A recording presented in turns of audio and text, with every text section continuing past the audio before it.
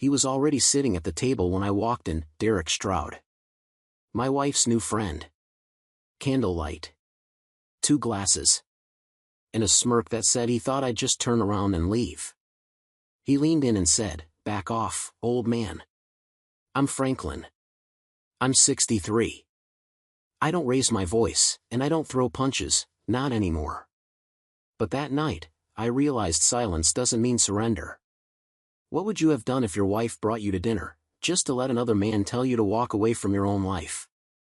Tell me below, have you ever been underestimated because you chose dignity over drama? Franklin didn't expect a candlelit table. He expected a conversation. What he got was a quiet execution. The Hollow Creek Diner hadn't changed much in the 20 years since Franklin had first brought Marla there. The booths still had their slightly torn red vinyl cushions. The same yellowed menu board above the register promised the same bottomless coffee and homemade pie. Even the scent, that warm blend of cinnamon, coffee, and old fryer oil, wrapped around him like a memory he didn't want to admit still had power. Last Thanksgiving, Franklin had spent the better part of the morning slow roasting a turkey. He'd made stuffing from scratch, mashed the potatoes with garlic and cream just how Marla liked, and even set out the good plates. She'd smiled, distractedly, said thank you, and scrolled through her phone half the meal. This year, no turkey. No plans. Just a terse text, "Meet me at the diner. We need to talk." He had expected maybe counseling. Maybe a plea. Maybe even a goodbye. But he hadn't expected Derek Stroud. The man was already seated when Franklin walked in, elbows spread, back slouched into the corner of the booth, wearing a tight black sweater that looked 2 sizes too small. Derek was all gym and grin, his confidence so loud it nearly drowned out Nat King Cole crooning from the jukebox. And Marla was sitting beside him. Not across from him, not in some neutral position, but beside him. Her hand rested on the table far too close to Derek's. She looked up as Franklin approached and smiled like they were all old friends. He stood for a second, unsure whether to turn around or step forward. Nora, the waitress, caught his eye from the counter and gave a soft, sympathetic smile. She was already pouring the cider. She didn't ask if he wanted it. Marla gestured to the empty seat across from them. "Franklin. Thanks for coming. You remember Derek, don't you?" He knew the name. Everyone in Hollow Creek did. Derek had been the town's high school quarterback 35 years ago, and he still walked around like the glory never ended. Now he owned a fitness center just outside town and gave nutrition advice like gospel. Franklin eased into the seat slowly, jaw tightening. His fingers curled slightly against the edge of the table, the only sign of tension on an otherwise composed face.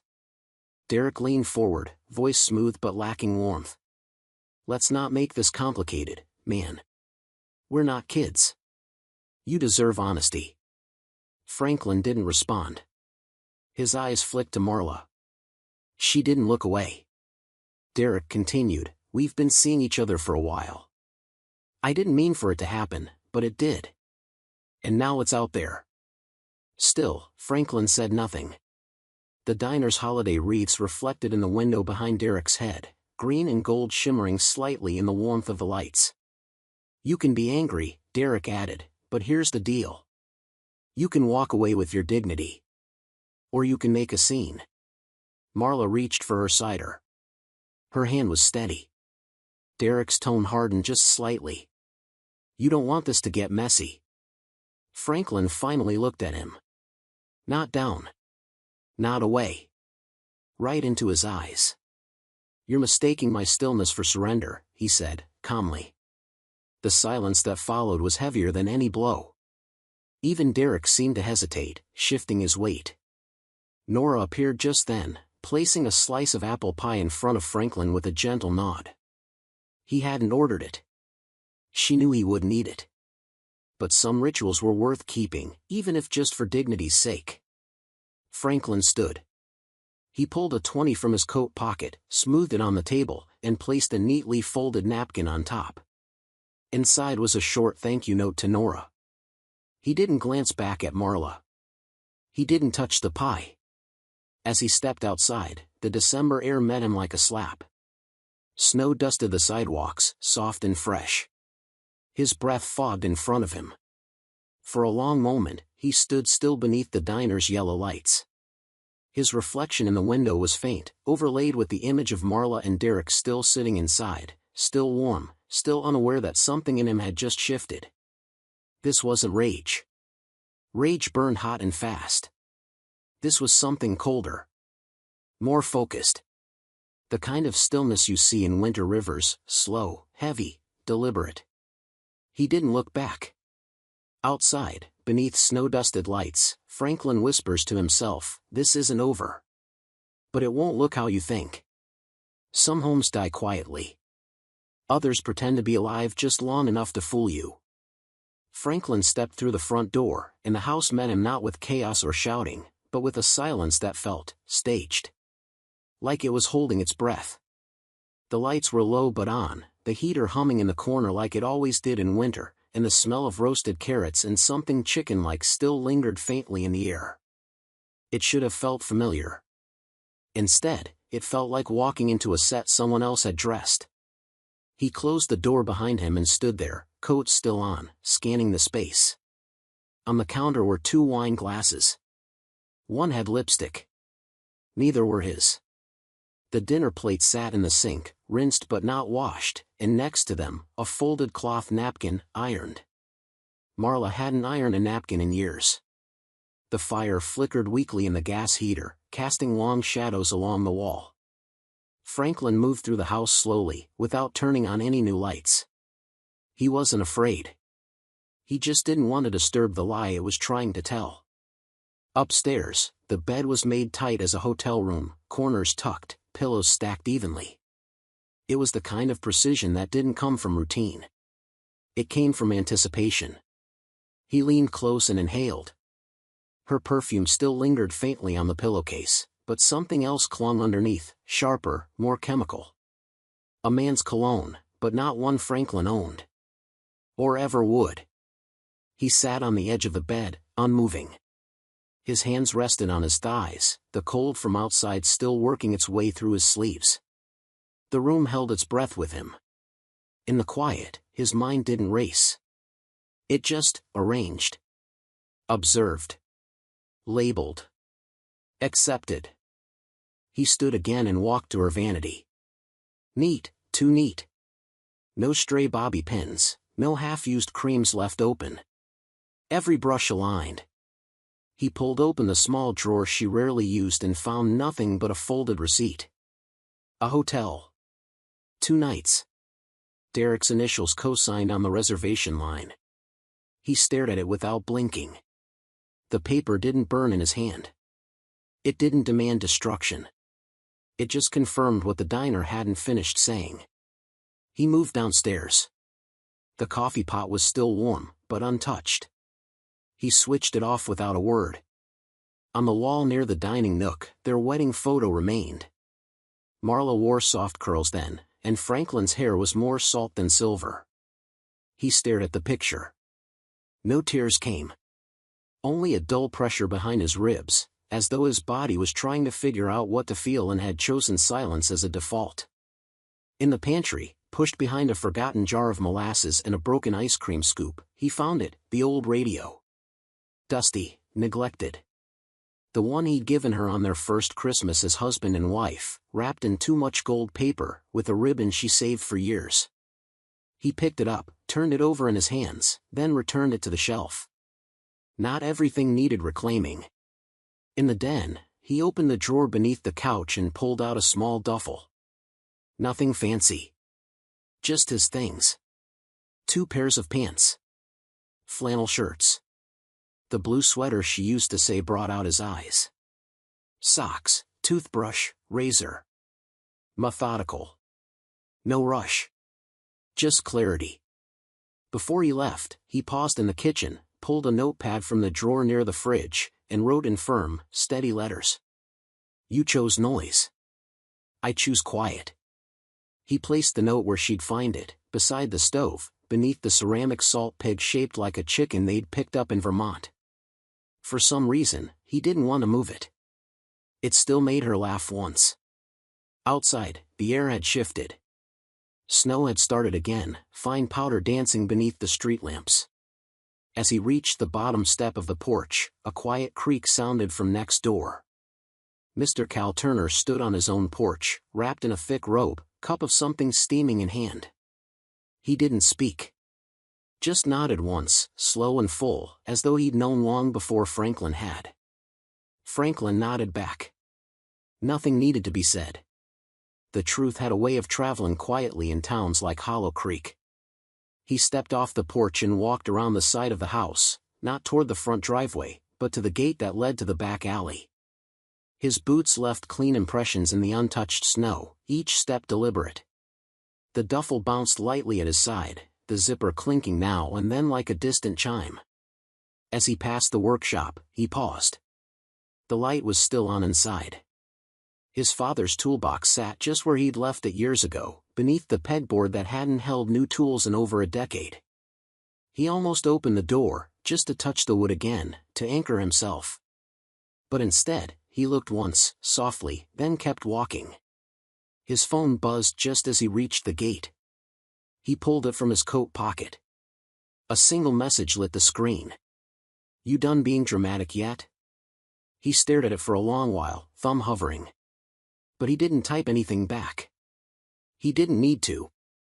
They thought Franklin was quiet because he was weak. He was quiet because he listened. The garage smelled like old rubber, winter salt, and gasoline, the same mix it always had since Hollow Creek first needed an auto shop. Snow flurries drifted past the frosted windows, casting soft halos around the tools hanging on the pegboard.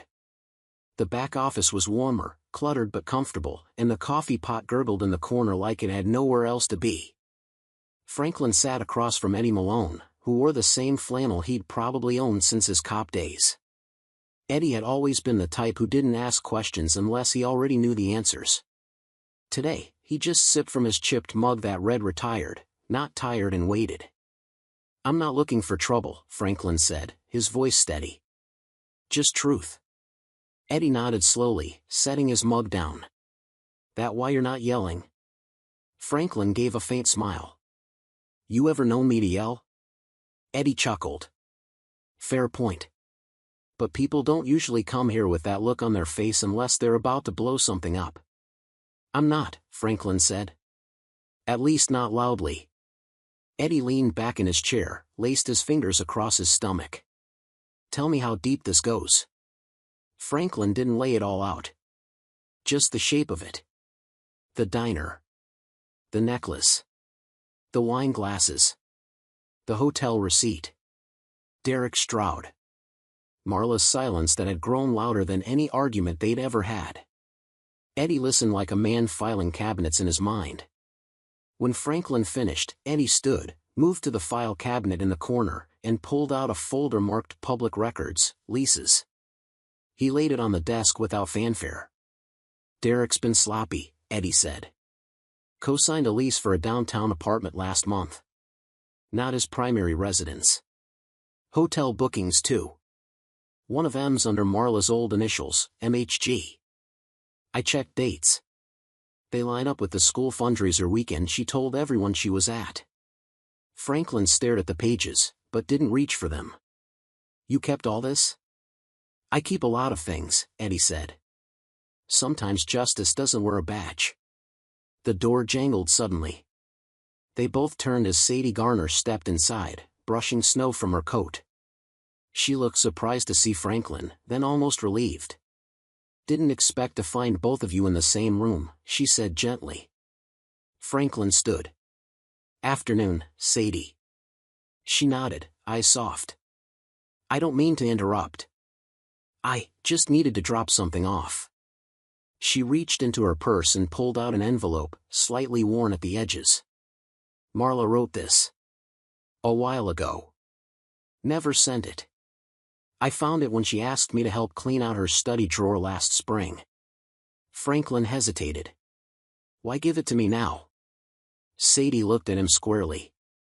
"Because I think you deserve the full picture. And because I think you'll know what to do with it." He took the envelope, held it loosely in his hand. Didn't open it. Thank you. She nodded again and left as quietly as she came. Eddie slid open a drawer and retrieved a small USB. He held it between two fingers like it weighed more than it should. This is everything I could find. Hotel logs, financial transfers, Derek's gym business registration, guess who invested under a maiden name. Franklin didn't flinch. He just took the USB and pocketed it like it was a loose coin. You gonna blow it all up? Eddie asked, voice low. Franklin's eyes were calm. No. Just gonna light one small candle, and let truth do the rest. He stayed a few more minutes, talking softly with Eddie about nothing in particular. Weather. Snow tires. The high school team's losing streak. Then he left, stepping out into the drifting flurries, the envelope still unopened in his coat pocket, the USB pressing against his side. Back at the house, the one that still technically belonged to both him and Marla, he didn't turn on the overhead light. He set his keys down, hung his coat, and stood by the window watching snow collect on the banister. On the porch, he noticed something wrapped in foil in a cloth napkin. He opened the door and found a still warm loaf of cornbread sitting silently, the note beneath it written in careful print. Thought you could use something real tonight. Cal. Franklin didn't smile. But something in his shoulders dropped half an inch. He stepped inside, set the loaf on the kitchen counter, then walked to the nightstand. He placed the USB beside the small stack of books he hadn't touched in weeks. He didn't plug it in. He didn't open the envelope. Instead, he walked to the pantry, reached behind the molasses, and pulled out the old radio. He wiped off the dust with his sleeve, clicked it on. It crackled at first, a static-like memory. Then, soft jazz filled the room, floating low and smooth, notes lingering like ghosts that knew they were welcome. Franklin sat in the armchair, closed his eyes, and just listened. In small towns, secrets don't need to be shouted. They just pass between coffee cups and raised eyebrows. Snow had fallen just enough to soften the sounds of Hollow Creek.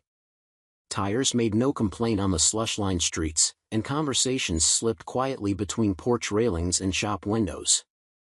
Franklin walked with his coat buttoned to the top, gloved hands tucked into his pockets, not in a hurry to get anywhere. He didn't need to be. The post office sat on the corner of Maple and Fifth, a squat brick building wrapped in garland and blinking white lights. Inside, the heater rattled like it had been doing since the Nixon administration.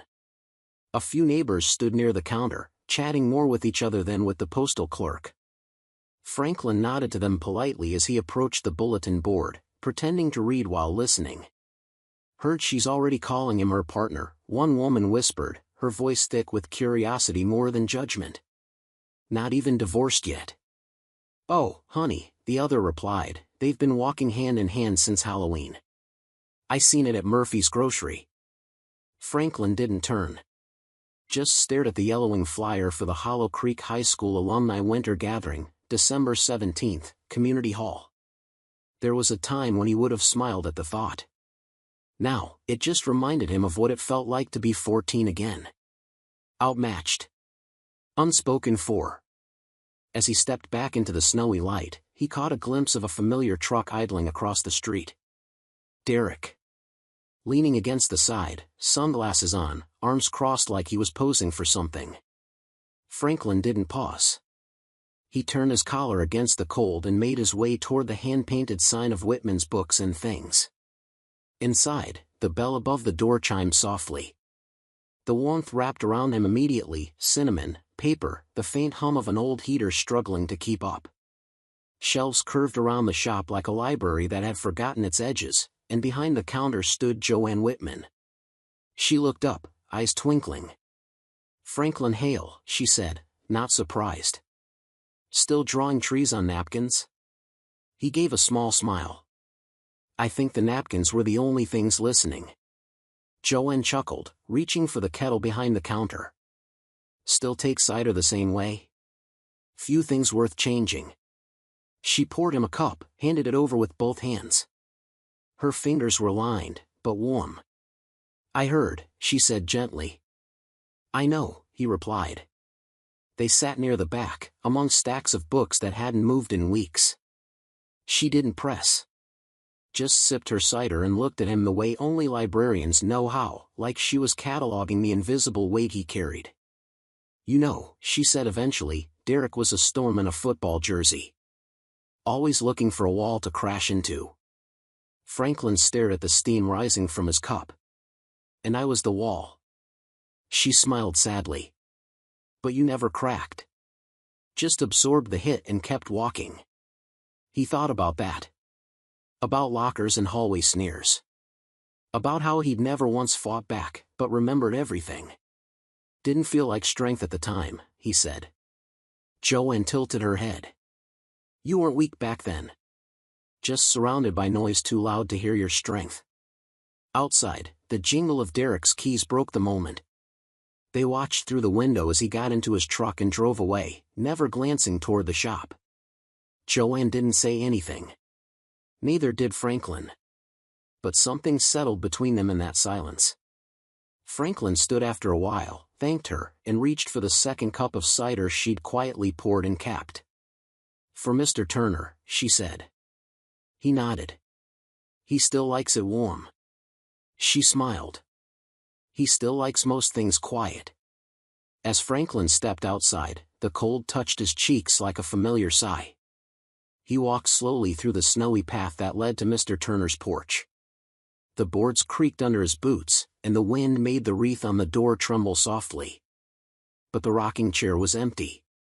The porch light was off. He stood there for a moment, cider cup in hand, looking at the space where the old man usually sat with his blanket and quiet nods. Then, slowly, Franklin placed the cup down beside the door and stepped back into the stillness. Some fights are won with fists. Others with folders, and the courage to open them in silence. The room was quiet, almost reverent in the way only law offices can be when everyone knows the truth but no one said it yet. 2 chairs. 1 wooden table. A single window overlooking Main Street, where the wind rattled the last of the dry leaves against the sidewalk. Snow hadn't fallen yet, but it was close, the kind of stillness that came before weather broke its silence. Franklin sat straight, coat buttoned, fingers resting gently on the edge of the table. Across from him, Marla wore a navy blazer and a gloss too dark for daylight. Her hands were folded, her wedding band conspicuously absent. She looked polished, professional. Controlled. Charles King, the mediator, cleared his throat. "We're here today to discuss final terms. I expect courtesy, civility, and, above all, clarity." Marla offered a crisp nod. "Of course." Franklin said nothing. Just reached into his bag and placed a manila envelope on the table. It made no sound when it landed, but the weight of it filled the room. Marla's eyes dropped to it, then flipped back up to his face. "What's that?" Charles opened it carefully, pulling out documents one by one. Printed screenshots, bank transfers, hotel receipts with timestamps, lease agreements with Derek Stroud's name scribbled confidently beside hers. Charles's brows tightened. Some of these accounts were joint. Others hidden under your maiden name. That may fall under misrepresentation, Mrs. Hale. Marla's jaw set, but her voice remained measured. "You've been spying on me?" Franklin didn't flinch. "No. Just documenting what was already abandoned."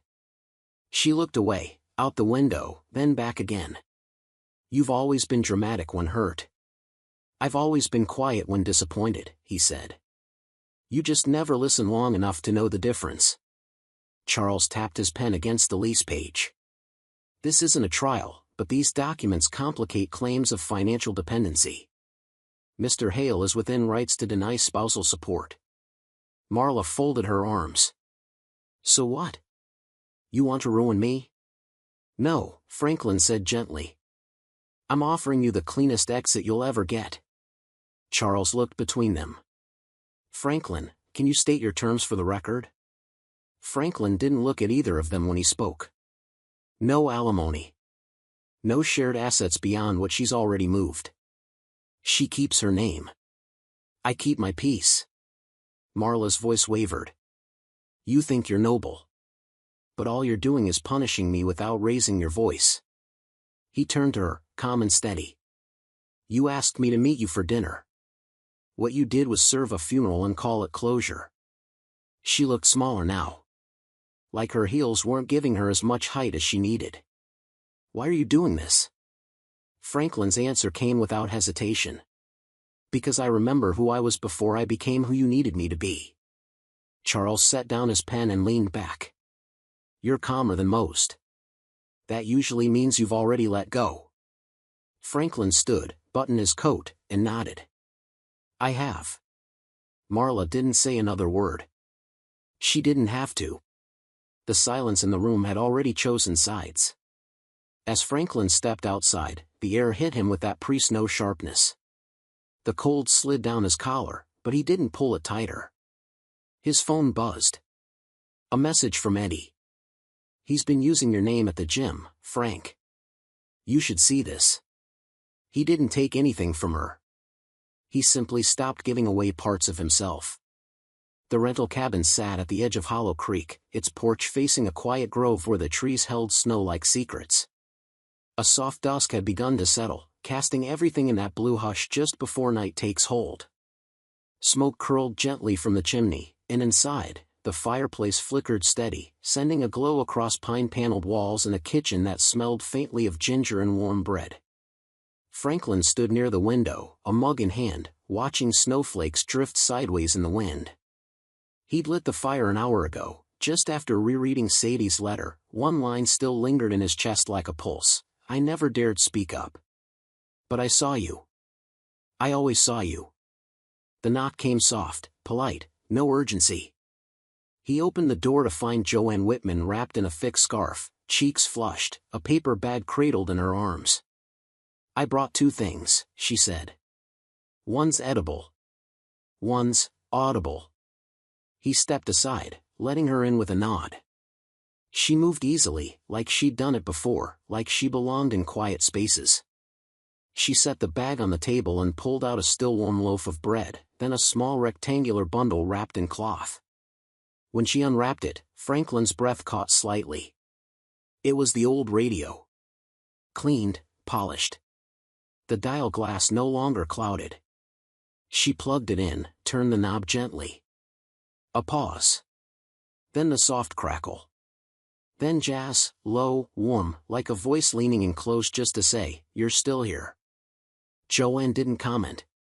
She just set down an envelope beside the bread. From Cal, she said. Left it with the nurse. Told her to get it to you once the snow came. Franklin took it carefully, sat in the old wooden chair by the fire. The envelope was handwritten, the ink slightly smudged.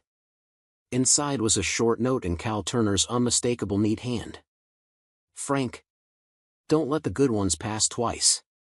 Cornbread was just an excuse. Now go listen to something besides your thoughts. Cal. Franklin folded the note, pressing it flat between his fingers. He didn't speak. He didn't need to. Joanne poured cider into 2 mugs. She handed one to him without asking how he took it. They sat at the table, the radio humming between them, the bread between cooling and still warm. Neither reached for it. Joanne glanced at the shelf above the fireplace, where a slim volume of poetry rested between a field guide and a forgotten recipe book. You know, she said, Dickinson was right. Some things that fly are only meant to land once. She opened the book gently, found the page without needing to flip. Her voice was quiet but clear as she read. Hope is the thing with feathers.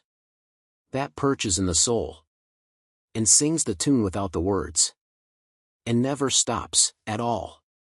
Franklin closed his eyes. He didn't imagine the past. He didn't picture the house he left or the woman who once lived there. He didn't try to rebuild what had collapsed quietly and completely. He just listened. The fire popped gently. Outside, the snow began to fall heavier, sticking now to the railings and the gravel path. Inside, it smelled like pine needles and the kind of bread only a bookstore owner would bother to knead by hand. Joanne's hand rested near his on the table. Not touching. Just near enough. For the first time in a long while, Franklin said softly, "I don't need to explain myself." Joanne smiled, not wide, not bright, just real. She closed the book, set it down beside the radio. "Some stories don't end," she said. "They just rest." The radio hums low. Outside, snow begins to stick. Inside, for once, nothing is missing. Some endings don't come with doors slammed or voices raised. Sometimes, they arrive with quiet music, a clean kitchen, and the gentle weight of someone choosing to stay. Franklin didn't win or lose, he simply stepped out of the noise and reclaimed what had quietly been his all along: dignity, peace, and the right to no longer explain his worth. Because betrayal doesn't define you. How you carry yourself after it does. Like a porch light left on through winter dusk, stillness can become a kind of strength, and kindness, the clearest reply. If this story stirred something in you, maybe pass that stillness on. Someone nearby may be waiting for their moment to quietly begin again.